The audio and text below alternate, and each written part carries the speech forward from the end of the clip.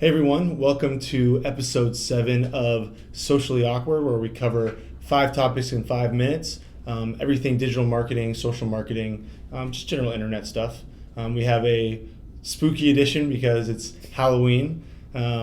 So maybe these topics will be scary, maybe they won't. We'll see. So why don't we go ahead and get started? Now. Okay, so here's a scary thought. Snapchat has introduced ads. What do we need to know? Well, it's super appropriate given the Snapchat mascot, right? The ghost. Yeah. So it's a scary time and a great time for them to be launching ads.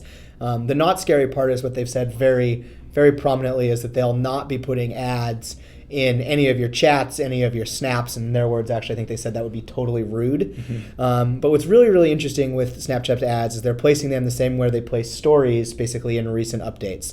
And they're not offering any targeting, either by demographic or interest or anything else, which is different than what you see in most digital advertising that's very much based on targeting. The other key part is the ads are opt-in that if you're a user just using Snapchat, you only watch the ad if you click into it, if you decide to watch it. So it'll be interesting to see how they monetize. Is it based on people who could have seen the ad or people who actually watch the whole thing? And presumably folks that are actually going to actually spend the time to click through and actually tap through and actually watch that ad, you're going to see higher engagement. So that will probably be powerful to them. But it's very much contrary to what's gone on in social and digital advertising thus far in the recent trends. So it's contrarian, and I'm really interested to see how successful it is and if they change over time. So it seems like less scary for the consumer, maybe more scary for the advertiser given the lack of targeting options. I think there are a few advertisers that are a bit spooked. All right, cool. So next, Twitter Flight. It's the first developer-focused ad or conference that Twitter's put on. They've specifically announced Fabric, which has a few components. I think maybe 4. What are the key stuff there? Yeah, so Twitter, if it was Halloween, they'd be the Bluebird, of course.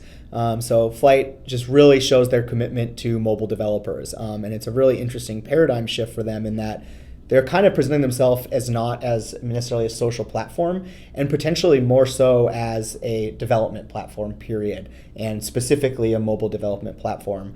So there are 4 components really to Fabric, and one is based out of the acquisition they made of Crashlytics, which is about app stability, also helping with deploying betas, etc. Another part is monetization, which again is their MoPub acquisition. So actually being able to take your audience and monetize it. The other part is distribution, which is kind of baked in tweeting. And then the last and potentially most exciting part is identity, which is what they're calling digits.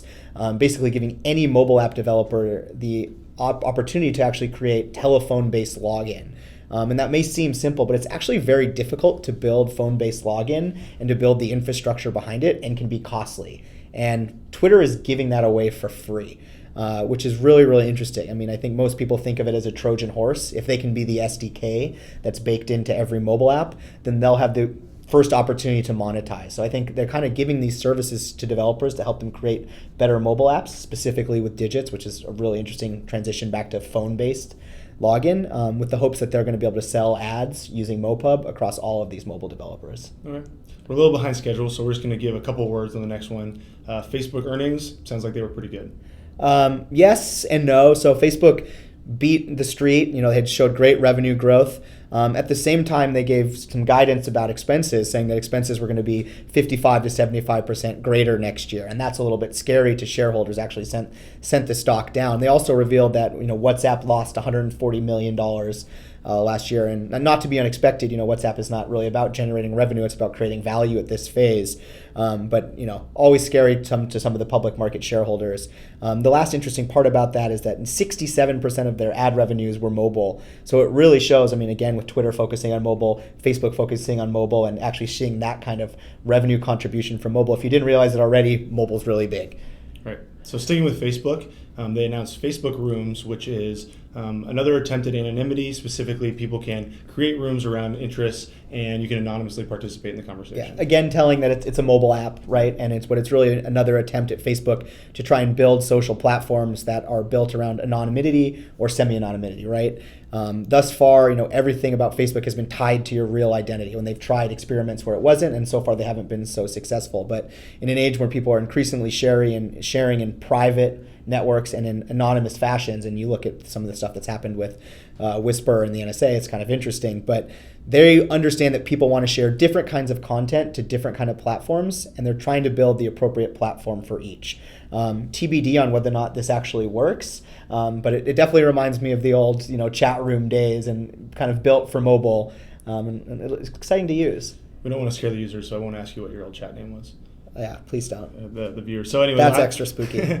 Lastly, so something potentially really scary, especially for digital publishers, is that Facebook is potentially thinking about hosting content themselves. Yeah. So I mean, this is a rumor, so this is all hearsay, but the rumor going around is that Facebook wants to actually host mobile content on its own servers. The big problem is that at a lot of publishers' mobile sites aren't optimized. The content consumption experience is really poor for the user. And Facebook knows, as a company with strong competence in mobile content consumption, that they can build some of these experiences better.